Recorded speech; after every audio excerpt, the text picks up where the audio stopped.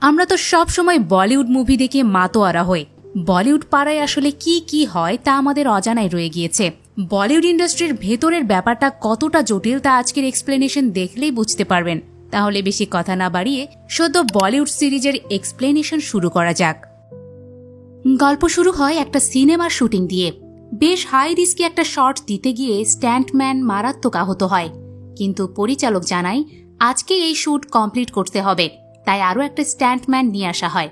সহকারী পরিচালক জানায় আর কোনো স্ট্যান্টম্যান নেই, আপনি প্রযোজক ফ্রেডি স্যারের সাথে কথা বলেন। সেই সময় প্রযোজক ফ্রেডি সেখানে উপস্থিত হয়ে জানায়, আমি সব জায়গায় ডেট দিয়ে এসেছি, 15ই জুলাই আমার রিভলভার মুভি রিলিজ হবে, তাই আজকেই সিনেমার শুট কমপ্লিট করতে হবে। সেটা কিভাবে আমি জানি না। তখন মুভির নায়ক আসমান এই রিস্কি শট নিজে দিতে চায়, আর ম্যানেজার এটাতে না করে, কিন্তু সে শোনে না, আর বেশ ভালোভাবেই হাই রিস্কি শটটা সে কমপ্লিট করে।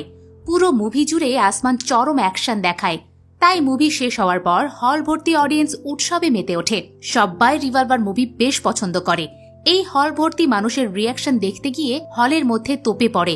সবাই সেলফি তুলতে গিয়ে আসমানের কাপড়ই ছিঁড়ে ফেলে, তাই সিনেমা হল থেকে বেরিয়ে পোস্টারের পেছনে লুকিয়ে পড়ে সে। তারপর লুকিয়ে লুকিয়ে বাইরে চলে আসে। সেখানেও আসমানের বন্ধু পারভেজ সবাইকে বলে এই হচ্ছে নায়ক।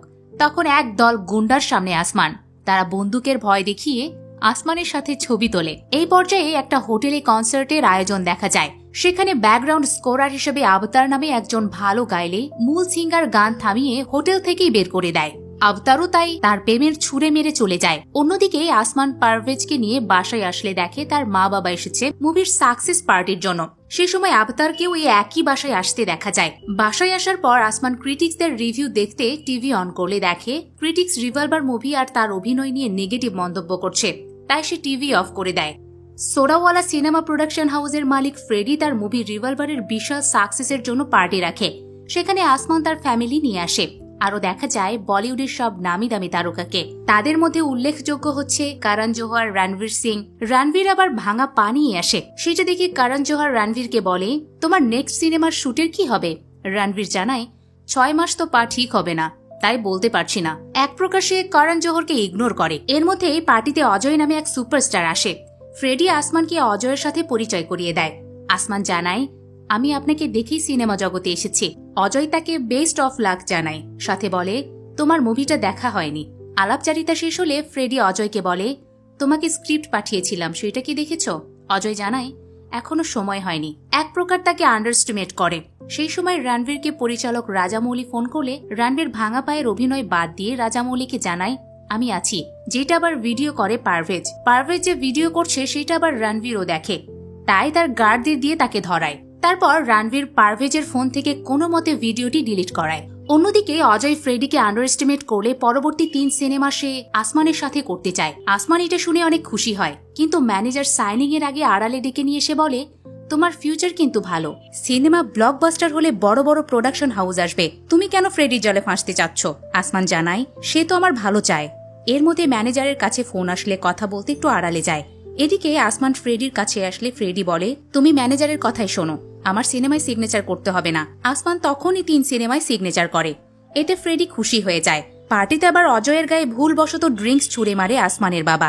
অজয় ব্যাপারটা ভালোভাবে নেয়, জানায় আমারও পার্টিতে থাকতে ইচ্ছে করছিল না, তাই ভালোই হলো। পার্টিতে এরপর আসমানকে নিউ সুপারস্টার বাস্তব শ্রীবাস্তবের সাথেও পরিচয় করিয়ে দেয়। শ্রীবাস্তব একটু বেশি পার্ট নেয় আসমানের সাথে। এর মধ্যেই করণ জোহর বুঝতে পারে রণবীর তার সিনেমা করবে না, তাই তার 100 কোটি বাজেটের সিনেমা অন্য কারোর সাথে করতে চায়। এটা ম্যানেজার শুনে আসমানকে সাজেস্ট করে। করণ জোহর বলে, ওর মধ্যে কি স্পেশালিটি আছে যে তাকে নিতে হবে? সেই সময় আসমান ওই ক্রিটিক্সকে দেখতে পায় যে তার মুভির নেগেটিভ রিভিউ দিয়েছিল। তার কাছেই সেই ব্যাপারে বলে সে আবার মজা নেয় আসমানের সাথে। তাই এবার সে রেগে একটা ড্রিঙ্কসের বোতল ভেঙে তার কাছে আসলে সে আবার ভয় পেয়ে যায় আর সরি বলে। আসমান জানায়, এটা অভিনয় ছিল রে পাগলা। দূর থেকে ম্যানেজার দেখে বলে, এই হচ্ছে আসমানের স্পেশালিটি। তারপরেও ইমপ্রেস হয় না করণ জোহর। হোটেলের বাইরে তখন আসে নার্কোটিক্সের এক টিম। তারা তো ভেতরে ঢুকতে পারে না, কিন্তু ড্রিঙ্কস করায় বাস্তবকে তুলে নিয়ে যায়, সাথে বলিউডকে গালি দেয়। পরের দিন ফ্রেডির সোডাওয়ালা প্রোডাকশন হাউসে কো প্রযোজক এসে বলে, তোমার পার্টির কারণে হারামজাদা 5-এর নায়ক বাস্তবকে তুলে নিয়ে গিয়েছে, এখন আমার মুভির কি হবে? ফ্রেডি জানায়, আমার পার্টির বাইরে ছিল এটা, ওখানে কি হয় না হয় সেটা আমার দেখার বিষয় নেই। অন্য প্রযোজক তখন ফ্রেডিকে বলে, তোমার বাবাই ভালো ছিল, তুমি তোমার বাবার মতো হওনি। ফ্রেডি অজয় তলোয়ারকে নিয়ে একটা ব্লকবাস্টার মুভির পোস্টার দেখিয়ে দিয়ে বলে, এটা কিন্তু আমারই করা, সামনে মুভিগুলোতে অজয়ই থাকবে। প্রযোজক এটা শুনে বলে, শুনলাম 3 মুভিতে আসমানকে সাইন করিয়েছ। ফ্রেডি জানায়, এটা তো ধরে রাখার জন্য, থাকবে অজয়। অন্যদিকে সাকসেস পার্টিতে হাঙ্গামা করার জন্য মা বকা দিতে থাকে আসমানকে, সাথে বলে, আমি 15 বছর ধরে ইন্ডাস্ট্রিতে ছিলাম, আমি তো এমনটা কখনো করিনি। আবতার চাচা তখন বলে ওঠে, 15 বছর ধরে তো শুধু ব্যাকগ্রাউন্ড ডান্সার হিসেবে ছিলে, আমি 20 বছর ধরে ব্যাকগ্রাউন্ড শিল্পীও হতে পারিনি, তাই আসমান যা করেছে তা ঠিক করেছে। এই বলিউড ইন্ডাস্ট্রি খুব খারাপ। এরপর আসমান রাউন্ড টেবিল টক শো, যেটা অনেক ফেমাস, চালায় আবার ওই ক্রিটিক্সটা, সেটার সেটে আসে। এসে দেখে নেপোকিট অজয় তলোয়ারের মেয়ে কারিশমাও এসেছে। তারপর একসাথে রাউন্ড টেবিল শোতে বসে। মেয়ের শো দেখতে সেটে চলে আসে অজয় তলোয়ারও। এর মধ্যে হোস্ট আসমানকে জিজ্ঞেস করে সেই ইন্ডাস্ট্রিতে কিভাবে এসেছে। আসমান জানায়, আমি দিল্লির ছেলে, ছোটবেলা থেকে অভিনয় করার শখ ছিল, তাই মুম্বাই আসি। তারপর ধীরে ধীরে এই পর্যায়ে। হোস্টের পর কারিশমাকে একই প্রশ্ন করলে কারিশমা জানায়, বাবার ছায়ায় বড় হয়েছি, তাই বাবার মতোই হতে চাই। এটা নিয়ে আসমান খোঁটা দেয়, বলে, তোমাদের মতো বাবার ছায়ায় বড় হওয়ার নেপোকিট অভিনয় করলে কি আর না করলে কি, 2 মাস কাজ না করলেও তোমরা মার্সিডিজ নিয়ে ঘুরবে, আর আমার 2 মাস কাজ না থাকলে দিল্লি ফিরে যেতে হবে। এসব অজয় শোনে কিন্তু কিচ্ছু বলে না। আসমান আরো অনেক ভাবে খোঁচায় কারিশমাকে।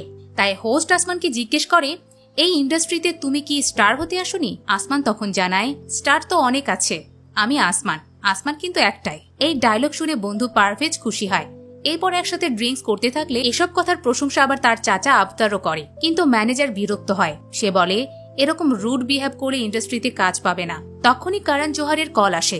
করণ জোহর জানায়, আমি আসমানের রাউন্ড টেবিল শো দেখেছি, তার মাঝে একটা ব্যাপার আছে, তাই আবার নেক্সট মুভিতে সেই থাকবে। এইটা শুনে খুশিতে আত্মহারা হয়ে যায় সবাই। আবতার চাচা বলে ওঠে, আসমানের হাতে এখন 4টা মুভি। এটা শুনে ম্যানেজার লাভ দিয়ে ওঠে। সে সব সময় চেয়েছিল ফ্রড ফ্রেডির সাথে যেন মুভি সাইনিং না করে, কিন্তু সেটাই করে বসে আসমান। তখনই এবার ফ্রেডির কল আসে। ম্যানেজার ধরতে তো নিষেধ করে, আসমান তাও রিসিভ করে। আসমান ফোন রিসিভ করলে ফ্রেডি জানায়, হারামজাদা 5-এর নায়ক এখন তুমি, কিন্তু তুমি আবার বাস্তবের মতো মাদকের নেশায় যেও না। পরের দিন ম্যানেজারকে সাথে নিয়ে ফ্রেডির কাছে আসে, যাতে ফ্রেডিকে বোঝায় করণ জোহরের সাথে তার কাজের অফার এসেছে। সেই সময় তাদের সেখানে শরৎ সেকশনের সাথে পরিচয় হয়। শরৎ ফ্রেডির সাথে মিটিং করে বের হয়ে রাগ দেখিয়ে ডাস্টবিনে সব ময়লা ফেলে দিলে ফ্রেডি আবার তাকে দিয়ে ওঠায়। এটা দেখে আসমান ফ্রেডির পিএস কে জিজ্ঞেস করে, কে ওইটা? পিএস জানায়, সে সোডাওয়ালা প্রোডাকশনের সাথে কাজের সাইনিং করে অন্যজনের সাথে কাজ করেছিল, তাই 15 বছর ধরে এভাবে শিডিউল ফাঁসানোর জন্য ফ্রেডি স্যারের পেছনে ঘুরপাক খাচ্ছে। এটা শুনে আসমান ভয় পায়। তারপরেও ফ্রেডিকে করণ জোহরের কাজের কথা বলে। ফ্রেডি জানায়, ঠিক আছে করো, কিন্তু নেক্সট কাজ আমার সাথেই করতে হবে। ফ্রেডির অফিস থেকে বের হলে ম্যানেজার জানায়, ম্যান স্মুথ নামে এক অ্যাডে কাজ করার অফার এসেছে। আসমান এই অ্যাডটা করতে চায় না ক্রিমের অ্যাডের জন্য। সেদিন আসমানের মা আবতারকে ফোন করে বলে, তোমাকে একটা কথা বলবো যেটা আসমানকে তুমি বলবে না। আসমানের বাবার অবস্থা দিন দিন খারাপ হচ্ছে, লিভার ট্রান্সপ্লান্ট করতে হবে, এজন্য বাড়ি বিক্রি করে দিতে চাচ্ছি। আবতার কসম কেটে বলে, এই কথা কাউকে বলবো না, কিন্তু পরক্ষণে কেঁদে কেঁদে আসমানের কাছে সব জানায়। আসমান তাই টাকার জন্য ম্যান স্মুথের চুক্তিতে সিগনেচার করে। পরের দিন আসমান ম্যানেজারকে নিয়ে আসে ধর্মা প্রোডাকশনে, যেটা করণ জোহরের। সেখানে এসে লিফটে দেখা হয়ে যায় কারিশমার সাথে। তারপর দুজন রাউন্ড টেবিলের কথাগুলো তোলে। এর মধ্যে ফ্লোরে চলে আসে করণ জোহর। দুজনকে একসাথে দেখে বলে, ভালোই হলো, আমার সিনেমার নায়ক নায়িকা একসাথে, তার মানে কারিশমাই হতে যাচ্ছে আসমানের নায়িকা। করণ জোহর দুজনকে স্ক্রিপ্ট দেয়, বলে, তোমাদের এখন রিলেশনশিপে যাওয়ার অভিনয় শুরু করে দিতে হবে মুভির প্রচারণার জন্য। মিটিং শেষ করে নিচে আসলে কারিশমাকে আসমান ড্রপ করতে চাইলে তখন কারিশমার বয়ফ্রেন্ড সামির রোলস রয়েল নিয়ে হাজির হয়। সেই সময় সাংবাদিক কারিশমাকে নিয়ে কটু কথা বললে আসমানের প্রতিবাদ করে। অন্যদিকে সামির না করলে কারিশমা তার সাথে মনোমালিন্য করে। পরবর্তীতে আবার দুজন একত্রিত হয়।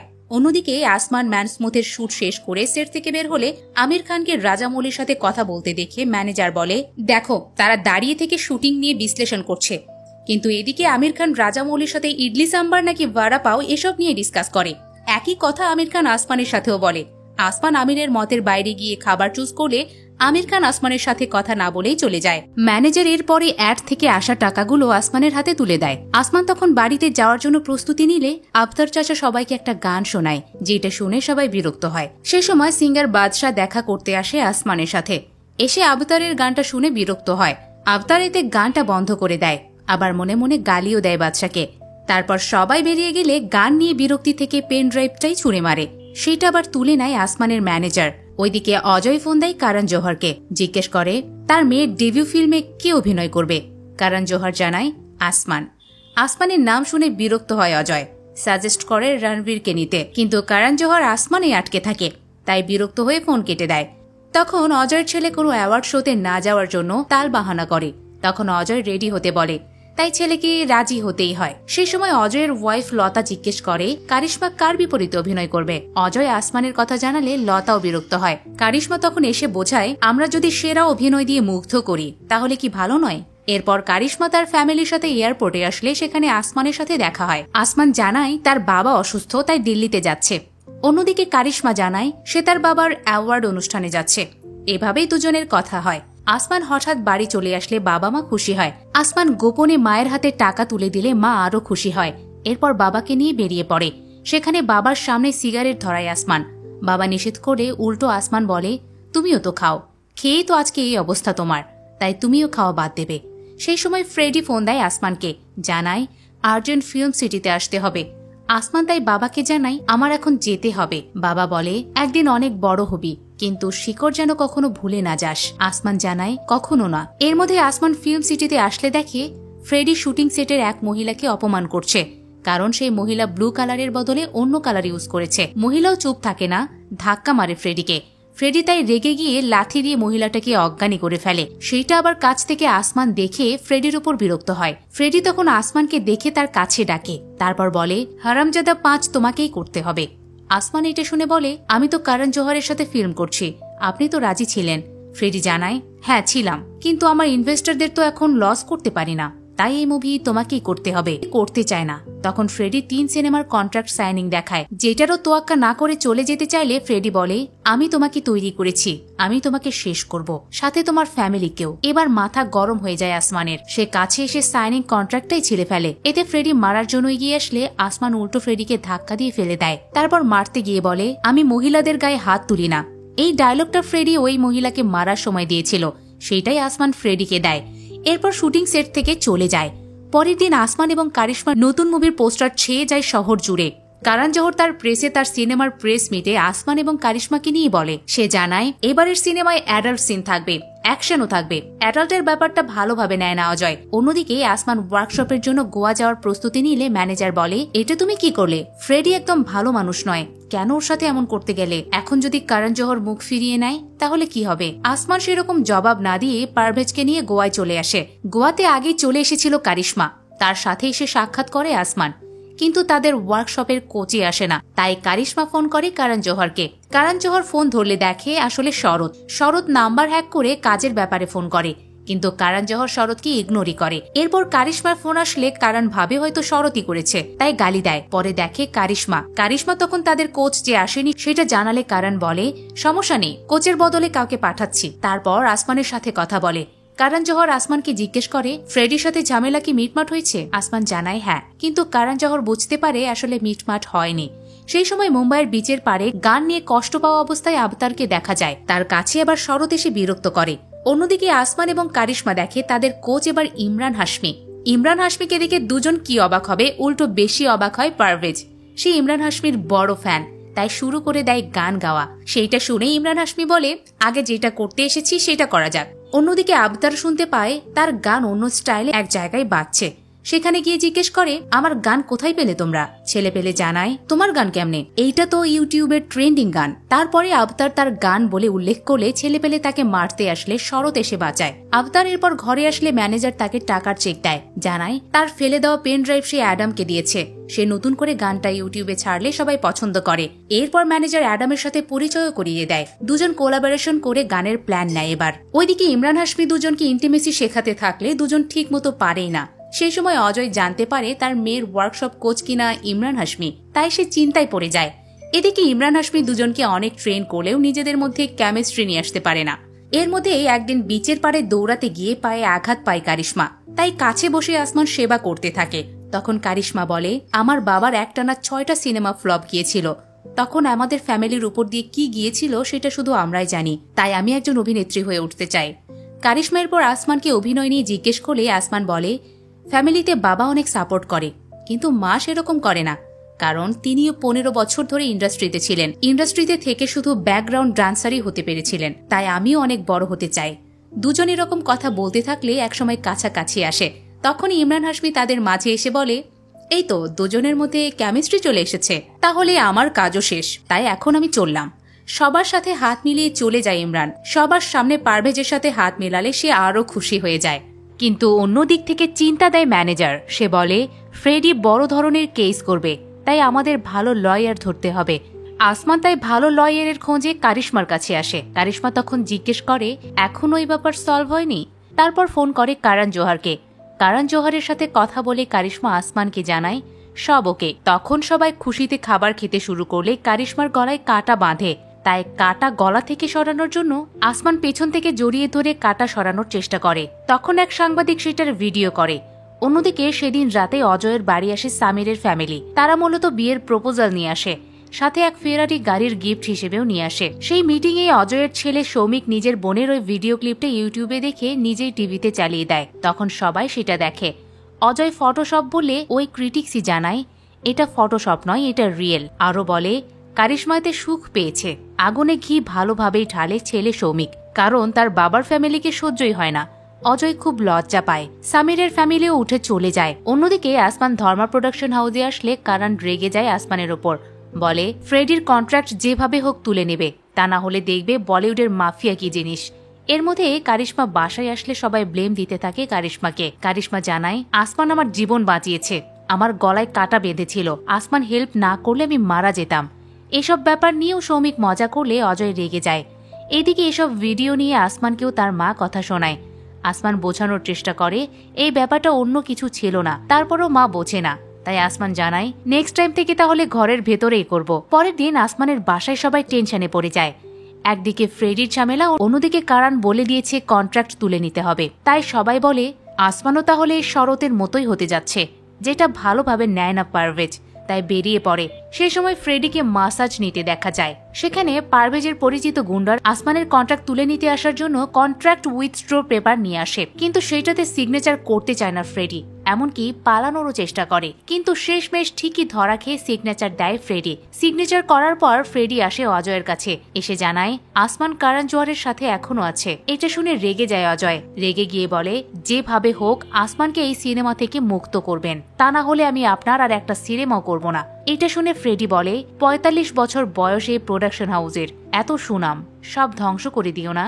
কিন্তু অজয় এসবের কোনো কিছুতেই কেয়ার করে না, আরো ফ্রেডিকে বের করে দেয়। তারপর একজনকে ফোন করে বলে আসমানকে কারণ জোহরের মুভি থেকে সরাতে হবে। এই পর্যায়ে গফুর গ্যাংস্টারকে দেখানো হয়। সে ট্যাক্স নিয়ে দেশে ফিরে সবাইকে বিলিয়ে দেয়। সেই সময় তার নাম নিয়ে একজন গান গাইলে গফুর তাকে গুলি করে মেরে ফেলে। বলে, আমি এতদিন আমার নাম লুকিয়ে রাখলাম আর তুই কিনা পাবলিক করে দিচ্ছিস। এর মধ্যে কন্ট্রাক্ট উইথড্র পেপার নিয়ে আসমানের কাছে হাজির হয় পারভেজ। আসমান অনেক খুশি হয়, জড়িয়ে ধরে পারভেজকে। অন্যদিকে ম্যানেজার বলে, এটা কি ফেক নাকি? ফেক হলে কিন্তু বড় বিপদ। পারভেজ জানায় এটা ফেক নয়। সবাই খুশিতে এবার পার্টি করার সিদ্ধান্ত নেয়। পারভেজ কারিশমাকেও আসতে বলে। কারিশমা তাই বাসা থেকে বের হতে থাকলে অজয় জিজ্ঞেস করে, কোথায় যাচ্ছ? কারিশমা সত্যি চাই বলে। অজয় সেরকম ভাবে যাওয়ার অনুমতি দেয় না। তারপরও বের হলে অজয় সামিরকে ফোন দিয়ে সঙ্গ দিতে বলে। তাই আসমানকে কারিশমা ছাড়াই পার্টি করতে হয়। সেই সময় নিউজে দেখা যায় সোডাওয়ালা প্রোডাকশন হাউস বন্ধ হতে যাচ্ছে। তাই ইনভেস্টরটা ফ্রেডির অফিসটা নিতে আসে। ফ্রেডি জানায় লিগাল অনুযায়ী এখনো 3 দিন আছে। ইনভেস্টর তখন বলে, এই 3 দিনে কি করবে? ফ্রেডি জানায়, এই 3 দিনে ধামাকা দেখিয়ে দেব। এইটা বলে ইনভেস্টরকে বের করে দেয়। তখন দেখানো হয় ধর্মা প্রোডাকশন হাউস। কারণ জোহারের কাছে তার কর্মচারী এসে বলে, সম্প্রতি নেটে আধুনিক পাঞ্জাবি গানটা ভাইরাল হয়েছে, সেটা সিনেমায় কাজে লাগাতে পারি। কারণ জোহার নাম জিজ্ঞেস করলে জানায় আবতার এবং অ্যাডাম। সেই সময় আবতারকে দেখানো হয় সে বিভিন্ন গানে ডান্স করে, যেটা আসলে ছিল তার কল্পনা। কিন্তু এই কল্পনা ভাঙিয়ে দিয়ে ম্যানেজার এসে জানায় ধর্মা প্রোডাকশন হাউস তাকে ডেকেছে। আবতার খুশিতে আত্মহারা হয়ে যায়। এ ব্যাপারে আসমানের বাবাকেও ফোন করে জানায়। পরের দিন অজয় তার বাড়িতে হাঁসরাজ নামে এক অ্যাক্টরের সাথে আড্ডা দিতে থাকলে আসমান কারিশমাকে নামিয়ে দিতে আসে। সেটা সে দেখে ফেলে। এমনকি কারিশমা এবং আসমান কি করছে সেটার দিকেও ভালোভাবে নজর রাখে। আসমান কারিশমাকে বলে, চলো কিছু সিন নিয়ে ওয়ার্কশপ করা যাক। কারিশমার রাজি হয়ে গাড়িতে উঠতে চাইলে অজয় সেখানে এসে বলে, ওয়ার্কশপ চাইলে তো আমাদের ঘরেই করতে পারো। আসমান জানায় এটি ইন্টিমেসি সিনের ওয়ার্কশপ, তাও অজয় বলে ঘরেই করো। তারপর দুজনে ঘরে আসে। অজয় ড্রাফট কপি দেখে বলে, এইটা চেঞ্জ হলো কখন? কারিশমা জানায় এটা চেঞ্জই করা হয়েছে। তখন কারিশমা বাবার সামনে ইন্টিমেসি সিনের ওয়ার্কশপ করতে থাকলে আসমান লজ্জা পায়। অজয় ইতস্তত বোধ করতে থাকলে তখন অজয়ের এক ফ্যান দেওয়াল টপকে আসে অজয়ের কাছে। তাই এই ওয়ার্কশপ শেষ হয়। অজয় ফ্যানের খায়েশ পূরণ করলে সেটার প্রশংসা করে আসমান। কারিশমা আসমানকে বিদায় দেওয়ার সময় তার বার্থডে ইনভাইটেশন দেয়। আসমান সেটা গ্রহণও করে। পরের দিন অজয় আসে করণ জোহরের কাছে, এসে বলে, আমার মেয়ের প্রথম সিনেমা এরকম ইন্টিমেসি সিন কেন? করণ জানাই, আমার সিনেমা আমার যা মন চাই আমি রাখবো, তুমি বলার কে? বাসায় এসে করণের এমন রুড বিহেভ ওয়াইফের সাথে ডিসকাস করে। তখন অজয় আবার টিভিতে আসমানের অ্যাড দেখে, যেটা আবার ওই ম্যান স্মুথটা, যেটা দেখে বিরক্ত হয় অজয়। অন্যদিকে ফ্রেডি তার পিএসকে জানায়, আমার বাবা এবং কষ্টের গড়া এই প্রোডাকশন হাউস এবার বন্ধই হতে যাচ্ছে। এটা শুনে পিএস কান্না করে। তখন ফ্রেডির একটা কল আসে, যেটা দেয় শরৎ। শরৎ চলে আসে। তার আসল নাম হচ্ছে জয়রাজ। 15 বছর ধরে এরকম অভিনয়ের চরিত্র নিয়েই সে থাকে। এবার ফ্রেডির অধপতন দেখে সে খুশি হয়, আবার কৌতূহল জাগে যে কিভাবে হলো। ফ্রেডি এবং অজয়ের মাঝে একটা ডিল হয়েছিল, করণের মুভিতে যদি আসমান অভিনয় করে তাহলে সে তার মুভিতে অভিনয় করবে না। এই হচ্ছে অবস্থা। এটা শুনে খুশি হয় জয়রাজ। এর মধ্যে কারিশমার বার্থডে চলে আসে। বড় আয়োজন করা হয়। আসমান পারভেজকে নিয়ে আসে। সেই বার্থডে পার্টিতে হাজির হয় বলিউড ভাইজান সালমান খানও। সে কারিশমাকে উইশ করে চলে যায়। আসমান কারিশমার দেখা পেয়ে তার বার্থডেতে উইশ করে। তারপর একটা যে গিফট নিয়ে আসছে সেটাও দেখায়। গিফট হচ্ছে একটা লকেট। তাই কারিশমার লকেটটা আসমানকে দিয়েই পরিয়ে দেয়, যেটা লক্ষ্য করে অজয়। তখনই সামির কারিশমাকে কেক কাটার জন্য স্টেজে ডাকে। কেক কাটার সময় সামির একটা গিফট বক্স কেকের মধ্যে থেকে বের করে, যেটা সে আগেই রেখেছিল। বক্সে ছিল একটা আংটি। সেই আংটি বের করে সবার সামনে সামির বিয়ের জন্য কারিশমাকে প্রপোজ করে। কারিশমাইতে অবাক হয়ে যায়, কিন্তু ভেবে পায় না সে কি করবে। তাকায় শুধু আসমানের দিকে। আসমানের চোখ মুখও কেমন মলিন। তো কারিশমাকে সামিরের প্রস্তাবে শেষমেশ রাজি হতে হয়। আসমান তখন মন মরা হয়ে পার্টি থেকে চলে যায়। এতে বোঝা যায় আসমান আসলে কারিশমাকে পছন্দ করতে শুরু করেছে। কিন্তু কারিশমা অন্যের হয়ে গেলে সে শুধু মন খারাপ করে। এই মন খারাপ বাসায় এসেও চলমান থাকলে ম্যানেজার একটা গুড নিউজ দেয়। ম্যানেজার আসমানকে জানায়, ফিল্ম ফেস্টে তুমি লিড অ্যাক্টরের মনোনয়ন পেয়েছ। এতে সবার মাঝে খুশি চলে আসে। সবাই পার্টিও করতে যেতে চায়। আবতার তখন ফোন করে জয়রাজকেও পার্টিতে আসার নিমন্ত্রণ দেয়। অন্যদিকে কারিশমা জেনে যায় এই বার্থডেতে প্রপোজ করাটা আসলে তার বাবার আইডিয়া। তাই বাবার উপর প্রচন্ড রাগ দেখায়। ওইদিকে সবাই বাড়ি আসলে সেখানেও কারিশমাকে প্রপোজের ভিডিও চলে। সেটা আবার আসমান রাখতে বলে, কিন্তু বারের অন্য কয়েকজন তখন ফুটবল ম্যাচ দেখতে চায়। এটা নিয়ে আসমানের সাথে বাগদ্বন্দ্ব শুরু হলে সেটা একদম মারামারির পর্যায়ে চলে যায়। আসমানরা খুব মারে তাদের। আবার আসমানরা খুব মার খেতে থাকলে গাফুরের লোকজন এসে বাঁচায়। তারপর গাফুরের লোকজন আসমানকে বলে, এখন যে আমাদের সাথে যেতে হবে। আসমান জিজ্ঞেস করে, কোথায় যাব? গাফুরের লোক জানায়, কেন, পারভেজ তো এই চুক্তি করে ফ্রেডির সাথে কন্ট্রাক্ট উইথড্র করতে সিগনেচার করিয়েছে। কিন্তু পারভেজ সেটা আসমানকে জানায়নি। তাই পারভেজ সেখানে চুপ থাকে। গাফুরের লোকজন তখন স্বেচ্ছায় যেতে বললে আসমানের কাছে ফোন আসে কারিশমার। তাই আসমান কথা বলতে বাইরে চলে যায়। কারিশমা ফোন দিয়ে বলে, ওখানে যা হয়েছে সেটা একটা অ্যাক্সিডেন্ট, আমার না করার সেরকম কোনো পরিস্থিতি ছিল না। তখনই গাফুরের লোকজন আসমানের মাথায় কালো কাপড় বেঁধে গাড়িতে করে নিয়ে যায়। সেই সময় আসমানের ফোন সেখানেই পড়ে যায়। আসমানকে কিডন্যাপ করাটা আবার জয়রাজ দেখে ফেলে। তো কেমন লাগছে দ্য ব্যাডস অব বলিউড? প্রথম পার্ট এই পর্যন্তই। দ্বিতীয় পার্টে আরো ইন্টারেস্টিং ব্যাপার নিয়ে হাজির হব। আপাতত বিদায়। পরবর্তী পার্ট দেখার জন্য মিসেস মুভি এক্সপ্লেইনারের সাথেই থাকুন।